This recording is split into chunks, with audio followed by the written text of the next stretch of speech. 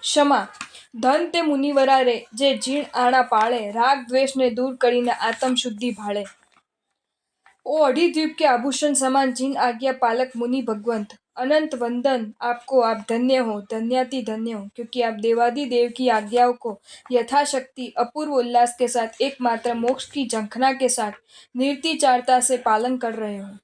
आपकी ये कितनी महानता कि आप अपनी इच्छाओं को एक और रख जिनेश्वर देव की प्रति एकमात्र अमाप भक्ति से प्रेरित हो। उनकी अति कठिन ऐसी आज्ञाओं का भी उतनी उल्लास आनंद से पालन कर रहे हैं। जहाँ जीव देखते ही नहीं ऐसे पृथ्वी जल अग्नि वायु वनस्पति को आप जिनेश्वर देवों के प्रति गाढ़ श्रद्धा से जीव रूप मान उनकी सूक्ष्मतम दया से पालन कर रहे हो। ऐसी उत्तमता तो मोहनीय के तीव्र क्षयोपशम बिना प्रकट नहीं होती। इसलिए ओ मुनिवरों, आप धन्याति धन्य हो। शिष्य गुरुदेव, आपने जिनाज्ञा पालने वाले मुनियों को धन्य कहा, लेकिन जो मुनि जिनाज्ञा न पालते हो लेकिन सभी जिनाज्ञाओं को सही मानते हो, उस पर संपूर्ण श्रद्धा रखते हो, क्या वे मुनिवर धन्य नहीं कहलाते? वे शिथिल होने से सच्चे साधु चाहे न हो, लेकिन वे कभी जिनाज्ञाओं पर गाढ़ बहुमान वाले होने से सम्यक दृष्टि तो है ही, और सम्यक दृष्टि महात्मा धन्य तो कहलाएंगे ही ना। गुरु, प्रथम तो ये कि वे बाह्य जिनाज्ञा नहीं पालते, उतने मात्र से साधुत्व नष्ट नहीं होता, क्योंकि प्रत्येक संयमियों की शारीरिक आदि शक्तियां अलग अलग होती है। इस कारण सभी जिनाज्ञाओं को पालने वाले संयमी तो बहुत ही कम होंगे, लेकिन संयमी अपनी शक्ति को अंश मात्र भी छुपाए बिना जिन आज्ञाओं को पाले तो बाहर से भले कम हो, लेकिन अंतर से वे सभी जिन आज्ञाओं पालने वाले ही माने जाएंगे। उदाहरण तरीके भगवान ने कुल अलग अलग 1000 आज्ञाएं की हैं। उन 1000 आज्ञाएं पालने की शक्ति वाले संयमी तो वे सब आज्ञा वाले, लेकिन अब अगर संयमी की शक्ति 600 आज्ञाएं पालने की ही है, संवत्सरी को अठम करना इत्यादि रूप 400 आज्ञाओं को पालने की शक्ति ही नहीं है, मतलब 400 आज्ञाओं को वो संयमी पाल नहीं सकता हो, लेकिन शक्ति अनुसार 600 आज्ञाएं तो बराबर पालता है। और उनकी आत्मा इतनी भावित बनी है कि भविष्य में उसकी जितनी शक्ति आज्ञा पालने की बढ़ेगी, उतनी आज्ञाओं को वो पालने लगेगा। तो ऐसा संयमी व्यवहार में भले ही 600 जिन आज्ञाओं को ही पालता हो, फिर भी वह भाव से तो 1000 जिन आज्ञाओं को पालने वाला ही माना जाएगा। मतलब शुभ भाव पूर्वक यथाशक्ति जिनाज्ञाओं को पालने वाले संयमी भाव से सभी जिनाज्ञाओं को पालने वाले ही माने जाएंगे, और शिथिल आचार भ्रष्ट नहीं कहे जाएंगे। इसलिए तो भयंकर बीमारी में बैठे बैठे प्रतिक्रमण करने वालों को शिथिल नहीं कहते। विचित्र रोगों के कारण ही नवकाशी करने वाले को हम आसक्त शिथिल नहीं कहते। लेकिन जो संयमी उन जिनाज्ञाओं को पालने की अपनी शक्ति होते हुए भी प्रमाद, आसक्ति, उपेक्षा, अनिच्छा के कारण उन जिनाज्ञा को न पाले, वे तो जिनाज्ञाओं का व्यवहार से या निश्चय से पालक नहीं कहलाएंगे, वे तो जिनाज्ञा भंजक कहलाएंगे। लेकिन शिष्य, ऐसे जिनाज्ञा भंजक के लिए भी 2 विभाग होंगे। परमात्मा की आज्ञा 2 प्रकार की है, 5 महाव्रतादि रूप मूल गुण, निर्दोष गोचरी वगैरह उत्तर गुण। इसमें चौथे आरे के साधु साध्वी जी इन दोनों प्रकार की जिन आज्ञाओं को यथाशक्ति पालते थे। जो संयमी इन दोनों में से एक भी आज्ञा न पाले, शक्ति होते हुए भी वे अवंदनीय बन जाते थे। बाकी के संयमी उनको वंदन नहीं करते थे, उनके साथ का व्यवहार बंद कर देते थे। हाँ, वे प्रायश्चित लेकर शुद्ध बनकर फिर से यथाशक्ति दोनों प्रकार की जिनाज्ञा पालने लगे तो फिर से उनके साथ वंदन आदि व्यवहार होता था। लेकिन 5वें आरे के संयमियों के लिए ये नियम कुछ बदला। शास्त्रकार भगवंतों ने देखा कि इस काल की विषमता के कारण 5वें आरे के संयमी मूल गुण और उत्तर गुण की सभी आज्ञा यथाशक्ति पालन करे, ये शक्य नहीं। और जो इन आज्ञा को नहीं पालने वाले को अवंदनीय कह दे तो फिर कोई वंदनीय ही नहीं रहेगा, पूरा व्यवहार ही विच्छेद हो जाएगा। इसलिए ही कम ज्यादा भी धर्म करने से इस पंच काल के विषम जीवों को कम ज्यादा तो लाभ होता है, वह भी नहीं होगा। मतलब शास्त्रकारों ने ऐसा विभाग किया है कि उत्तर गुणों में कुछ शिथिलता हो तो भी इस काल में वे वंदनीय ही मानेंगे, लेकिन मूल गुण में शिथिलता हो और प्रायश्चित आदि द्वारा उस शिथिलता को दूर न की हो तो उनकी वंदनीय गुरु नहीं मानना। महोपाध्याय जी ने पंचाशक शास्त्र की साक्षी से ये बात कहा कि उत्तर गुण माही हीनला गुरु कालादिक पाखे, मूल गुणे नवी हीनला एम पंचाशक भाके। उन्होंने ही गुरु तत्व विनिश्चित ग्रंथ में पार्श्वस्थ, अवसन्न, कुशील इत्यादि शिथिल साधुओं का वर्णन करते समय ये पदार्थ दिखलाया कि देश, पार्श्वस्थ, कम शिथिल इत्यादि शिथिल होने पर भी उनमें चारित्र परिणाम हो सकते हैं। मतलब इस काल में वे वंदनीय नमस्करणीय बनते हैं, लेकिन जो सर्व पार्श्वस्थ बड़े शिथिल इत्यादि है वे तो इस काल में अवंदनीय ही है। शिष्य, ये पदार्थ बहुत विशाल है, अभी तो ये नहीं बना बताता, लेकिन इतना ही कहूंगा कि शास्त्रकारों ने शिथिल ऐसे भी जिन साधुओं में चारित्र परिणाम होना बतलाया है, ऐसे अल्प शिथिल, उत्तर गुण में शिथिल वर्तमान काल में धन्य है। भले वे प्रमाद आदि कारण से कुछ जिनाज्ञा ना पालते हो, फिर भी उनमें जो जिनाज्ञाओं की पालकता के लिए मंद ही सही वृत्ति परिणाम विद्यमान है, वे सब धन्य है। शिष्य, तुम्हारे इस प्रश्न का जवाब अब आता है। जो साधु मूल गुण में भी गड़बड़ वाले हो, 5 महाव्रतों में गंभीर भूल कर बैठे हो, प्रायश्चित आदि करने द्वारा शुद्धि प्राप्त कर इन पापों को फिर से न करने रूप दृढ़ प्रतिज्ञा जो न ले सके हो, इसी कारण वे चरित्र परिणाम से भ्रष्ट है। जिन्होंने साधु वेश होने पर भी साधु के गुण स्थान को खो दिया है, मूल गुणों में ही नहीं लेकिन उत्तर गुणों में अत्यधिक छूट के कारण चारित्र भ्रष्ट हुए हैं। ऐसा होते हुए भी संयमियों को अपनी इस शिथिलता के लिए पश्चाताप है, आंखों में आंसू है, जिभा से अपने दोष स्वीकार करते हैं। बचाव नहीं, परमात्मा के प्रत्येक आज्ञा पर अत्यधिक बहुमान भाव है। इसी कारण आज्ञा पालक सुविहित श्रमणों को देखकर जो एकदम आनंदित होते हैं, उनकी सेवा के लिए तत्पर रहते हैं, ऐसे शिथिलाचारी में चारित्र परिणाम न होते हुए भी सम्यक तो है ही।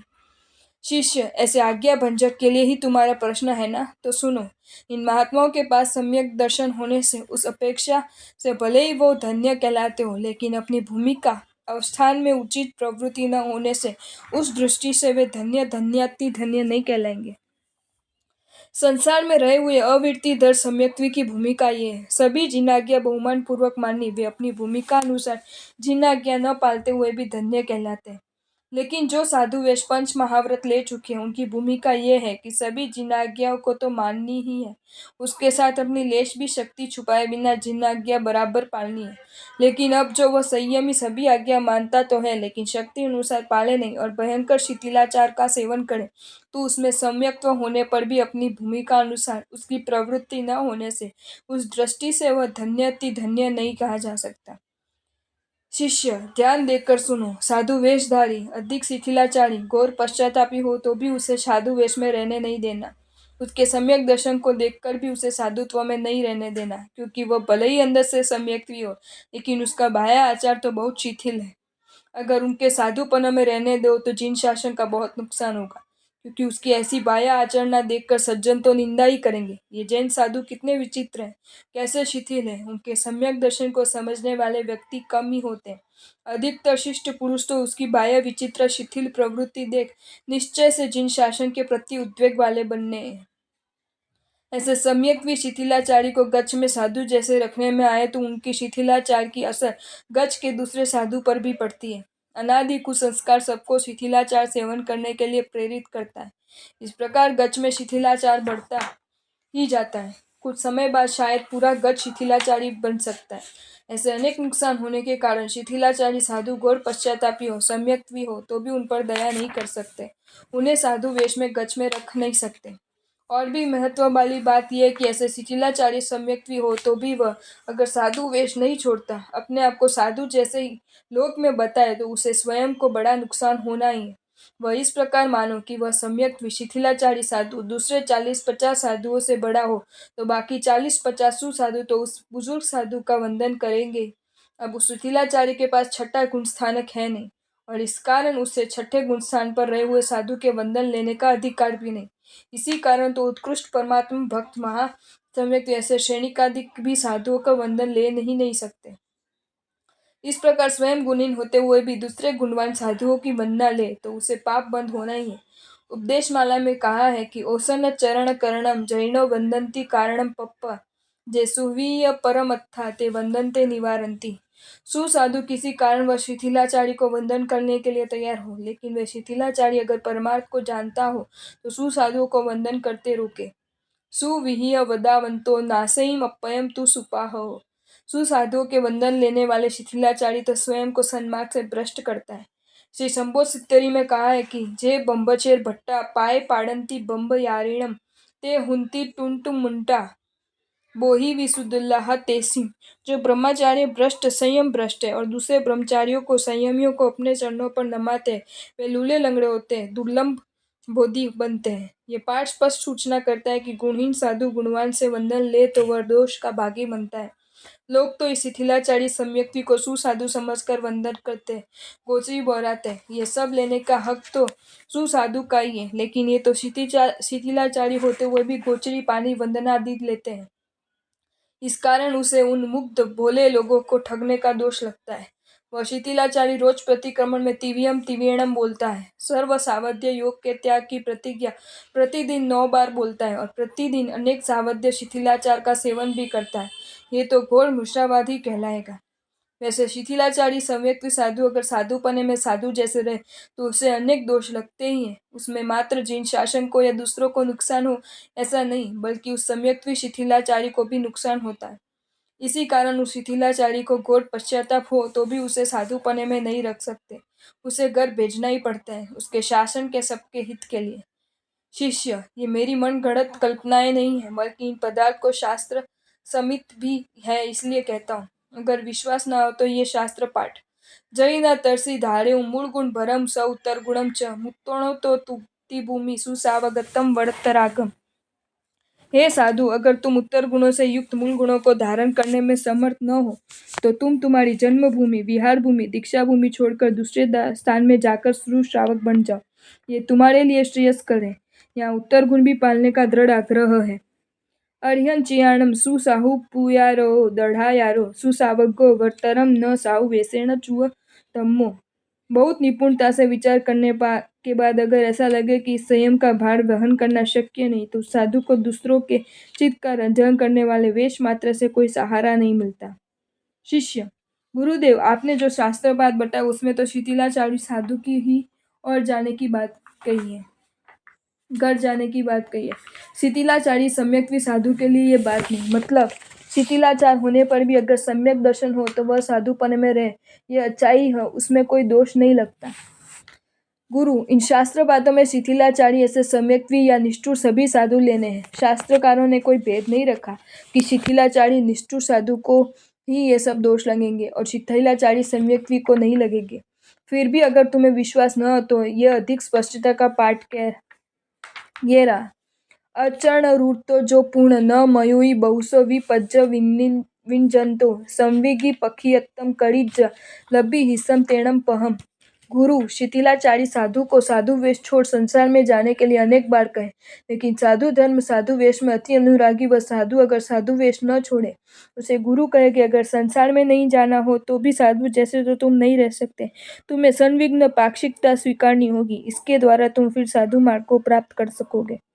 यहाँ साधु धर्म के दृढ़ अनुराग वाला मतलब सम्यक भी ऐसे भी शिथिलाचारी को गुरु पहले तो घर जाने को बहुत समझाए। वो दृढ़ अनुरागी घर ना जाए तो भी उसे साधु जैसे न रहना देखकर संविघ्न पाक्षिक ही बना देते हैं।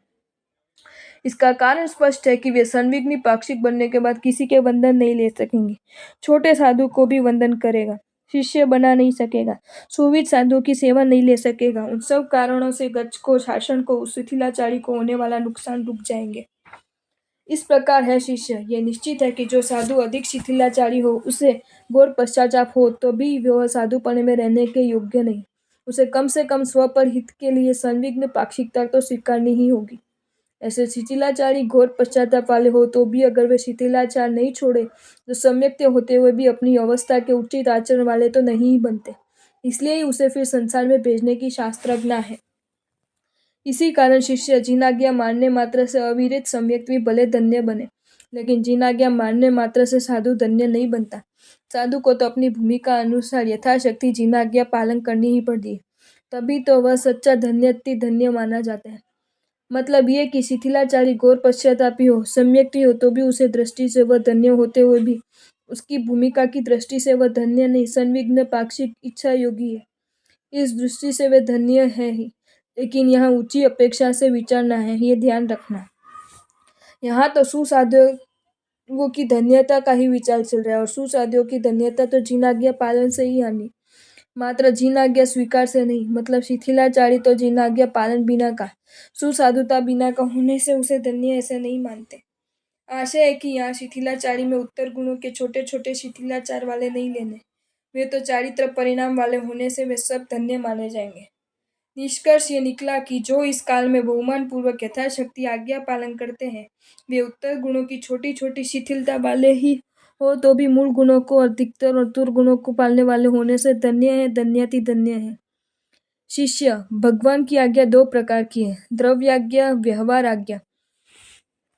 भाव आज्ञा, निश्चय आज्ञा। इसमें प्रतिक्रमण, निर्दोष गोचरी, लोच प्रतिलेखन, स्वाध्याय, गुरु सेवा इत्यादि हजारों व्यवहार की आज्ञा निश्चय आज्ञा को लाने वाले नहीं हो तो कितना व्यवहार आज्ञा पालते हुए भी मोक्ष प्राप्ति नहीं होगी। मतलब द्रव्य आज्ञा भी इस प्रकार पालनी है कि आज्ञा पालते हुए भी मोक्ष प्राप्ति, जिसमें निश्चय आज्ञा भावाज्ञा प्रकट हो। जो जिन आज्ञा पाले वो धन्य। ये सुन मुग्ध संयमी व्यवहार की सभी आज्ञाओं में उत्साह से करने लगे। ये तो अच्छी ही है, लेकिन अगर वे निश्चय आज्ञा को नहीं समझे, उस तरफ लक्ष्य न हो, जैसे मुझे निश्चय आज्ञा मिली या नहीं, मेरी निश्चय आज्ञा बढ़ी या नहीं, ऐसी गिनती न रखे तो वे व्यवहार आज्ञा करते हुए भी तेजी से आत्म विकास नहीं कर सकेंगे। श्लोक के उत्तरार्ध में उस निश्चय आज्ञा का वर्णन करने में आया। राग द्वेष ने दूर करीने आत्म शुद्धि बाढ़े।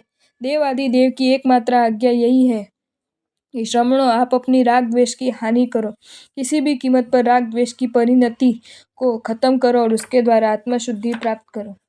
देवादि देव की दूसरी लाखों करोड़ों आज्ञा उस एक आज्ञा की सिद्धि प्राप्त करने के लिए, वे लाखों करोड़ों अति महान आज्ञा होने के कारण यही है कि वे आज्ञा अति अति महान, ऐसे इस आज्ञा को राग द्वेष क्षय आत्मशुद्धि को प्राप्त करवानी है। अभव्य इत्यादि के द्वारा पालन की जाती वे लाखों आज्ञा परमात्म से तुच्छ है, क्योंकि वे आज्ञाएं उनके राग द्वेष को घटाने वाली नहीं बनती, इसलिए तो उनके द्वारा पालन की जाती वे आज्ञा जहर समान कही है। मतलब संयमी को मात्र एक ही आज्ञा की तरफ अपनी सभी साधनाओं को लक्ष्य रखना है, राग द्वेष की हानि करने के द्वारा आत्मशुद्धि की प्राप्ति। मैं आज्ञा जिस तरह से ज्यादा सिद्ध हो, उस तरह से बाकी की सभी आज्ञाओं को पालन करता हूँ। अगर आपको ये वीडियो अच्छा लगा हो तो इस वीडियो को लाइक करें और मेरी channel Jain facts and stories को सब्सक्राइब करें। धन्यवाद।